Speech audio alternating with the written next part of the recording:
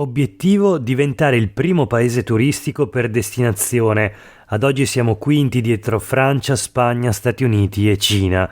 Con il Veneto, prima regione per presenze turistiche con il 17,5% del totale nazionale, a fare da capofila e indicare la via da seguire, ovvero quella della sostenibilità. È questo il messaggio lanciato dal primo Forum nazionale sul turismo sostenibile dei siti Patrimonio dell'Umanità, che si è tenuto nella giornata di ieri nella sede di Castelbrando a Ceson di Valmartino in provincia di Treviso, con vista sullo splendido paesaggio delle colline del Prosecco di Conegliano Valdobbiadene, ultimo arrivato dei 9 siti UNESCO presenti in regione. Organizzato in collaborazione con The European House Ambrosetti, l'evento, che ha richiamato il mondo istituzionale a partire dalla presenza in videoconferenza del ministro del turismo Daniela Santanchè ed esperti del settore, è stato promosso dalla Regione del Veneto e dall'Associazione per il Patrimonio delle Colline del Prosecco di Conegliano e Valdobbiadene, Patrimonio dell'Umanità UNESCO, e vuole essere il primo appuntamento nazionale per l'elaborazione di riflessioni e proposte d'azione per valorizzare il turismo sostenibile e il patrimonio dell'umanità. Questo è Sveglia Veneto, il primo podcast dedicato all'informazione vista da nord-est. Io sono Jack Calcetto. Oggi è martedì 14 novembre 2023. La prima notizia del giorno riguarda il turismo, con un'idea di sostenibilità che è in qualche modo messa a servizio dell'economia e dei profitti. Lo dice a chiare lettere il presidente della Giunta regionale del Veneto, Luca Zaia. Non poniamo limiti dopo che il turismo ha superato i risultati precedenti al Covid, alla pandemia. La sostenibilità dei siti patrimonio UNESCO è una carta da giocare per aumentare i valori. E dice ancora Zaia: attenti a non accontentarsi del vantaggio del patrimonio storico e naturale. La notizia la troviamo sulle pagine del Gazzettino di oggi in un articolo di Paolo Colombo, che parte dai dati del rapporto realizzato da Ambrosetti e presentato in anteprima al Forum nazionale sul turismo sostenibile dei siti Patrimonio dell'Umanità nella giornata di ieri, come abbiamo visto a Cison di Valmarino in provincia di Treviso. Dati che sono in aumento, una crescita che, secondo il presidente della regione, deve essere illimitata. Non poniamoci limiti per quanto riguarda il turismo. Torna quindi un'idea del paese che può vivere di turismo, e in questa Italia il Veneto, prima regione per presenze turistiche, ha l'onere e l'onore, citando ancora una volta Zaia, di indicare la via. Un mix quindi di ambizione, voglia di realizzare profitti, e ci mancherebbe altro, con un pizzico di confusione forse per quanto riguarda il concetto di sostenibilità applicato al campo appunto del turismo. Ma voltiamo pagina e proseguiamo la rassegna stampa di oggi partendo da un tema che in questi giorni, in queste settimane, ha infiammato il dibattito politico regionale, quello del fine vita. Partiamo dalle pagine del Gazzettino. Il voto in aula slitta a gennaio, lo dice chiaro e tondo nel suo articolo la giornalista Angela Pederiva. Questo è il titolo: Veneto, iniziate le audizioni sul suicidio medicalmente assistito. La Zaiana Brescacin, tra parentesi presidente della quinta commissione sanità e sociale, decide di evitare tensioni, tempi distesi quindi in commissione per le audizioni di tantissime associazioni, va detto, le cui audizioni sono state richieste soprattutto dalle parti politiche contrarie alla legge che va a regolamentare il suicidio medicalmente assistito, prevedendo tempi certi e procedure chiare. Una legge, ricordiamolo ancora una volta, che è una proposta di iniziativa popolare promossa dall'associazione Coscioni, che ha lanciato questo percorso in tutte le regioni italiane, a partire dalla sentenza della Corte Costituzionale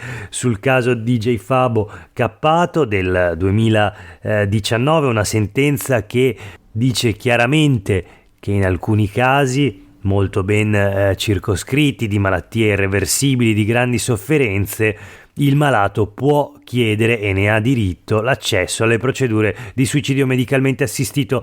Peccato che manchi una norma chiara che stabilisca tempi e appunto quali siano le procedure in modo omogeneo sul territorio nazionale. L'idea, il tentativo dell'associazione Coscioni è almeno di riuscire ad avere queste leggi a livello regionale, e quindi il dibattito in regione, in Consiglio regionale del Veneto. La notizia su tutti i quotidiani locali di oggi, vediamo i quotidiani del gruppo NEM.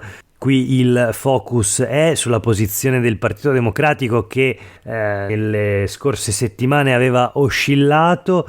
Vediamo oggi la dichiarazione della capogruppo in Consiglio regionale del PD Vanessa Camani. Il PD voterà sì al fine vita, ma servono dei correttivi al testo. Sono iniziate ieri le audizioni in quinta commissione consigliare, la discussione del testo in aula rischia di slittare al 2024, si attende ancora il parere da parte dell'Avvocatura Generale dello Stato, che dovrà esprimersi sulla costituzionalità. Va detto che questo parere non è in alcun modo vincolante, né deve essere reso per forza di cose dall'Avvocatura dello Stato in tempi certi. Si tratta solamente di una richiesta del Presidente del Consiglio regionale del Veneto, che ha voluto appunto chiedere questo parere in via preventiva. Del resto la Regione del Veneto ha una lunga storia di leggi approvate e poi impugnate dal governo e dichiarate incostituzionali dalla Corte. In questo caso evidentemente il Presidente del Consiglio regionale leghista Ciambetti vuole adottare qualche precauzione in più. C'è chi sostiene si tratti anche in questo caso di una mossa per guadagnare tempo e spostare più avanti la discussione sui contenuti, sul tema, quello che appunto fa discutere il fine vita e il suicidio medicalmente assistito. Vediamo il Corriere del Veneto per concludere questa parte di rassegna stampa.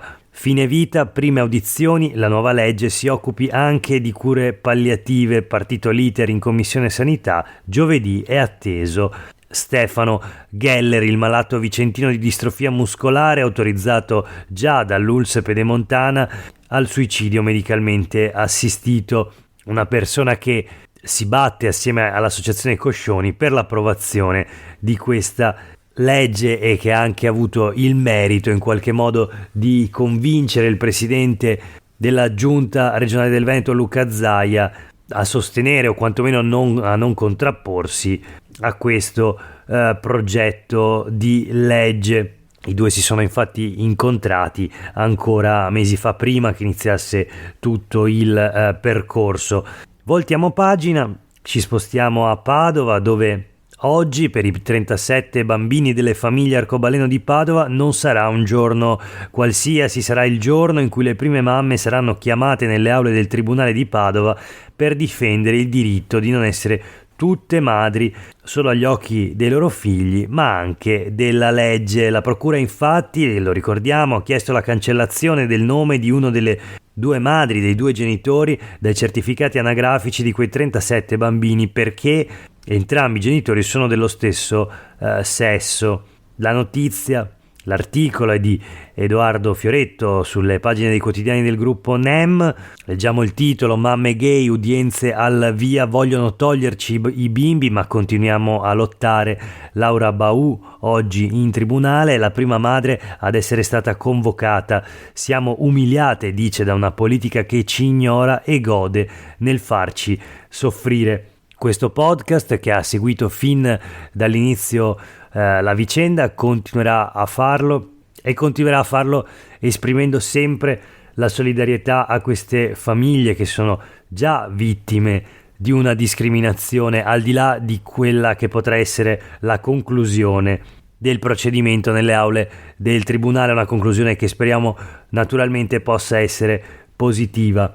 Vedremo quindi come proseguirà la vicenda. Nel frattempo chiudiamo la rassegna stampa di oggi con altre due notizie. La prima riguarda un fatto di attualità che genera una forte preoccupazione in Veneto, ma non solo. Si tratta del mistero di Giulia e Filippo. Scrive così il Gazzettino nel suo titolo della notizia in primo piano, che riguarda i due ragazzi scomparsi tra Venezia e Padova. Lui l'ha spinta, lei gridava.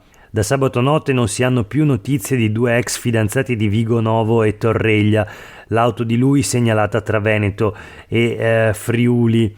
Erano rimasti amici dopo la fine della relazione, leggiamo sempre sul Gazzettino. C'è chi li ha visti litigare in un parcheggio. Spariti i cellulari. Giulia, dal dolore per la mamma alla preparazione della festa per la laurea in ingegneria. E poi vediamo ancora sul Gazzettino quelle macchie di sangue sull'asfalto. Le telecamere possono dire cos'è successo. Larghe chiazze trovate su una strada nella zona industriale di Fossò, in provincia di Venezia. Il luogo è a pochi metri da dove sabato notte è stata avvistata l'auto dei ragazzi. La sorella di Giulia lancia un appello e racconta: io l'avevo consigliata di lasciarlo. E poi c'è il ritratto del ragazzo Filippo, tranquillo e introverso, l'incontro all'università e qualche ritardo con gli esami. Vediamo i titoli anche degli altri quotidiani. Il Corriere del Veneto: Giulia e Filippo sono spariti, lei gridava, lui la teneva. Il racconto di un testimone: il sangue in zona industriale, l'auto del ragazzo è stata avvistata a Pordenone e Sacile. Un amore nato sui banchi universitari, dopo la rottura continuavano a vedersi, lui non mangiava più. La vita della ragazza stravolta dalla morte della madre. I cellulari sono spenti da sabato, l'ultimo incontro alla nave De Vero a Mestre. Secondo gli amici i rapporti erano buoni. Infine i quotidiani del gruppo NEM che ricostruiscono la vicenda: il litigio, poi la fuga, caccia all'auto, ricerche tra Veneto, Friuli e Alto Adige, ma di Giulia Cecchettin e Filippo Turetta non c'è ancora nessuna traccia. Tracce invece purtroppo di sangue nella zona industriale di Fossò, a pochi chilometri di distanza da dove si sarebbe svolto il litigio tra i due. Il passaggio dell'auto del giovane registrato vicino a Cortina alle 9 di domenica. Insomma, una vicenda per la quale è partito anche il tam tam sui social, con la condivisione delle foto di Giulia in particolare, e la richiesta ovviamente a chiunque vedesse i ragazzi di segnalarlo al più presto al 112 oppure a tanti numeri da chiamare. Uno di questi è il 388 1122 653. Voltiamo pagina, torniamo alla politica regionale, in particolare si parla della Lega. Siamo sulle pagine del Corriere del Veneto. Fabiano Barbisan, consigliere regionale, espulso ma potrà rientrare fra 4 mesi. Dopo le dichiarazioni sessiste, inedita sanzione reversibile per il consigliere regionale. L'ha deciso ieri la segreteria regionale della Lega. La vicenda, riassunta dal Corriere del Veneto, è questa: a metà ottobre, in diretta televisiva, nel corso di un dibattito sull'emergenza immigrazione, il consigliere regionale Fabiano Barbisan ha dichiarato: quei ragazzotti, non si può dire neri, bisogna dire di colore adesso, forse le donne piacciono perché hanno magari un'altra dote lì sotto, dai. Ieri sera è stato espulso dalla Lega, ma con facoltà di rientrare a breve. Per oggi è davvero tutto, grazie per aver ascoltato questa puntata di Sveglia Veneto. A tutte e tutti voi una buona giornata.